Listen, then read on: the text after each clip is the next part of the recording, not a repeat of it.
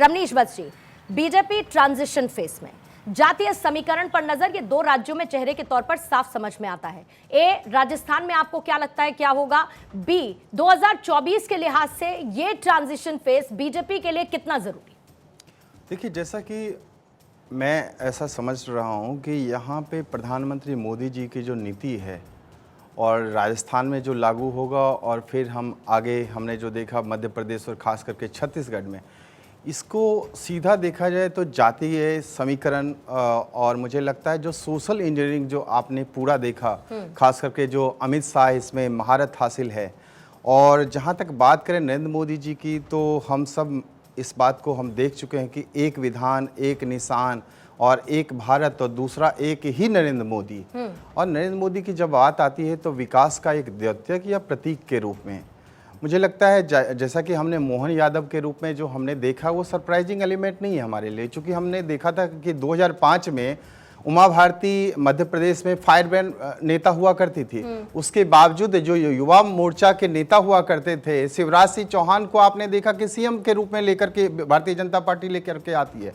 फिर हमने जो छत्तीसगढ़ में हमने जो देखा साई के रूप में, विष्णु साई के रूप में, मुझे लगता है उसमें जो समीकरण जो आपने देखा कि छत्तीसगढ़ हो चाहे जो राजस्थान, ये खास करके जो हमारा बगल में झारखंड है और उड़ीसा है, ये सारे बेल्ट जो छत्तीसगढ़, ये जो आदिवासी बेल्ट है, सबको बीजेपी ने साधने की कोशिश करी है।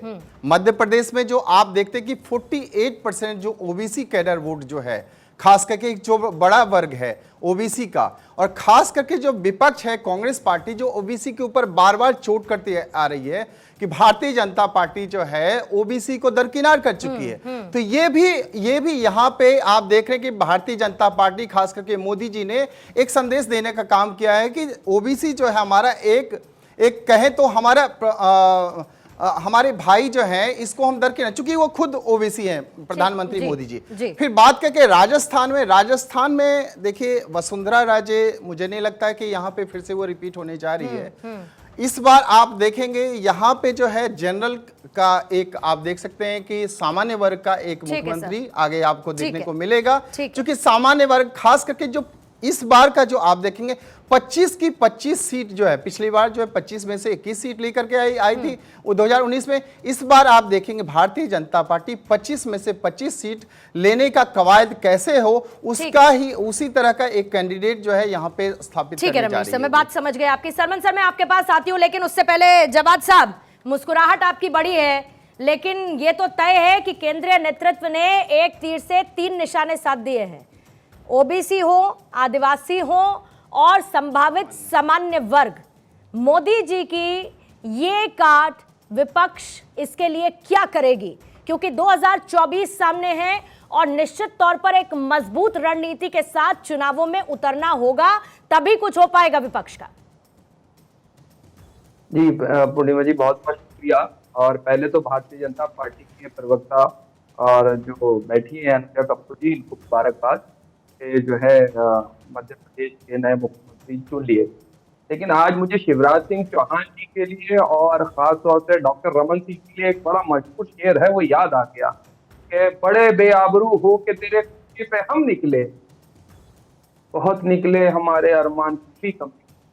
देखिए क्या है, शिवराज सिंह चौहान जो है वो खुद ओबीसी समाज से आते हैं, तो इसमें कोई नई बात नहीं है। शायद ना पता हो रमनीश बख्शी जी को और अनुजा कपूर जी को, लेकिन आप सोचिए शिवराज सिंह चौहान की मेहनत के ऊपर, और जो वो अपने आप को मामा कहते थे, तो वहां की जो महिलाएं थी, जो बच्चियां थी, जो बच्चे थे, उनको वो भांजे के नाम से संबोधित करते हैं। आज उनके मामा की विदाई हो गई और ये भारतीय जनता पार्टी ने भी मान लिया कि शिवराज सिंह चौहान के द्वारा किए गए काम मध्य प्रदेश में लोगों को पसंद ही नहीं आए और वो विश्वास ही नहीं जता पाए, इसीलिए उन्होंने अपना मुख्यमंत्री बदल दिया, हालांकि सिटिंग मुख्यमंत्री। तो ये तो एक स्थिति उत्पन्न होगी आगे जाके, फ्यूचर में आप देखिए क्या होगा। लेकिन ये तो भारतीय जनता पार्टी के शीर्ष नेतृत्व ने मान लिया कि शिवराज सिंह चौहान की सरकार के ऊपर जनता का विश्वास नहीं था, इसीलिए उनकी विदाई कर दी गई। यही मैं समझ पा रहा हूं। ये किसकी सोच है? ये सैयद जवाद आपकी सोच है, ये सोच बीजेपी की है, या फिर वो जो 163 का आंकड़ा बीजेपी लेकर आई है, ये उससे रिफ्लेक्ट हो रहा है? ये किसकी सोच है? सुनिए, नहीं, ये सोच तो भाई यही दिखाती है कि आपने अपने चुने हुए मुख्यमंत्री को, जो आपके मुख्यमंत्री नहीं, पर मुख्यमंत्री का तो चेहरा ही नहीं था ना जवाद साहब। उन्होंने तो रखा ही नहीं कि शिवराज सिंह चौहान मुख्यमंत्री के चेहरे होंगे। आपने रखा, आपने बघेल साहब को आगे रखा कि नहीं रखा सर? इधर आपने कमलनाथ जी को आगे रखा कि नहीं रखा सर? एक तरफ, तीसरी तरफ अशोक गहलोत को आपने सामने रखा या नहीं रखा?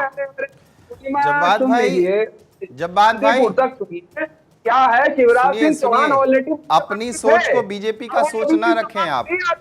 जवाद भाई, यहाँ पे भारतीय जनता पार्टी में हर एक कार्यकर्ता, हर एक साधारण कार्यकर्ता हो, चाहे शीर्ष नेतृत्व हो, सबको एक समान धारा है, सबको सम्मान की दृष्टिकोण से देखा जाता है। जवाद भाई, यहाँ पे देखिए, ये एक ठप्पा लगा हुआ नहीं है कि जो चांदी के चम्मच लेके पैदा हुए राहुल गांधी जी वही सर्वमान्य नेता होंगे, वो जो कहेंगे वही एकमात्र डिसीजन होगा। यहाँ पे देखिए, मोहन यादव जैसे एक साधारण कार्यकर्ता, एक विधायक को भी मुख्यमंत्री का पद दिया जा सकता है। ये संदेश जो है पूरे देशवासी को दिया गया है कि भारतीय जनता पार्टी के लिए हर एक कार्यकर्ता जो है इतना नाराज होने की जरूरत नहीं है, बड़ा नेता हो सकता है। एक काउंटर है आपके लिए, इतना नाराज होने की जरूरत नहीं है। अरे सर सुनिए जवाद साहब, सरमन जी के पास तो मैं अभी तक जा ही नहीं पाई, वो नाराज ना हो जाएगा। जवाद भाई, प्रवचन नहीं चल रहा है यहाँ पे। जरा रुकिएगा, अनुजा मैं आती हूँ आपके पास। जवाद साहब, आप अपनी बात को पूरी कीजिएगा, मैं आती हूँ, है मेरे पास समय। लेकिन सरमन सर, आपके पास आते हुए, और माफी चाहूंगी कि थोड़ा देर हो गई है मुझे आपके पास आते आते, लेकिन क्या बीजेपी की तरफ से 2 राज्यों में जो ऐलान किया गया मुख्यमंत्री के चेहरे को लेकर, क्या उसके लिए ये कहा जा सकता है कि बहुत देर कर दी हुजूर आते आते? एक डिले फैक्टर आपको नजर आता है, और अगर ये डिले है तो इसके पीछे की वजह 2024 के लिहाज से सर आपको क्या लगती है? देखिए पूर्णिमा जी, ये बिल्कुल सही कहा आपने कि भारतीय जनता पार्टी का शीर्ष नेतृत्व पसोपेश में था, और पसोपेश के कारण मध्य प्रदेश, छत्तीसगढ़ और राजस्थान 3 राज्यों का विकास काम 10 दिन रुक गया है। मॉडल कोड ऑफ कंडक्ट 9 अक्टूबर को लगा था और अभी 9 दिसंबर आ गया। इस 2 महीने चुनाव में पूरी प्रक्रिया, पूरी मशीनरी लगी रही है, तो इनको तो जल्द से जल्द निर्णय लेना चाहिए था जब आपको प्रचंड बहुमत मिला है तीनों राज्यों में। अब जहां तक ये जो बात आ रही है कि जो ओबीसी वाली बात या ट्राइबल्स की बात, देखिए मेरा यहाँ मध्य प्रदेश के संदर्भ में ये कहना है कि मध्य प्रदेश, जब आप एक महिला आरक्षण बिल लेकर आए हैं, सेंसस के कारण वो उसका डिलिमिटेशन नहीं हो पाया और अभी सीटें आरक्षित नहीं हुई है, आपने टिकट भी नहीं दिया, तो कम से कम मध्य प्रदेश और छत्तीसगढ़ में आप महिलाओं को तवज्जो दे सकते थे। एक दूसरा, मध्य प्रदेश में आपने आदिवासियों को भी तवज्जो नहीं दिया।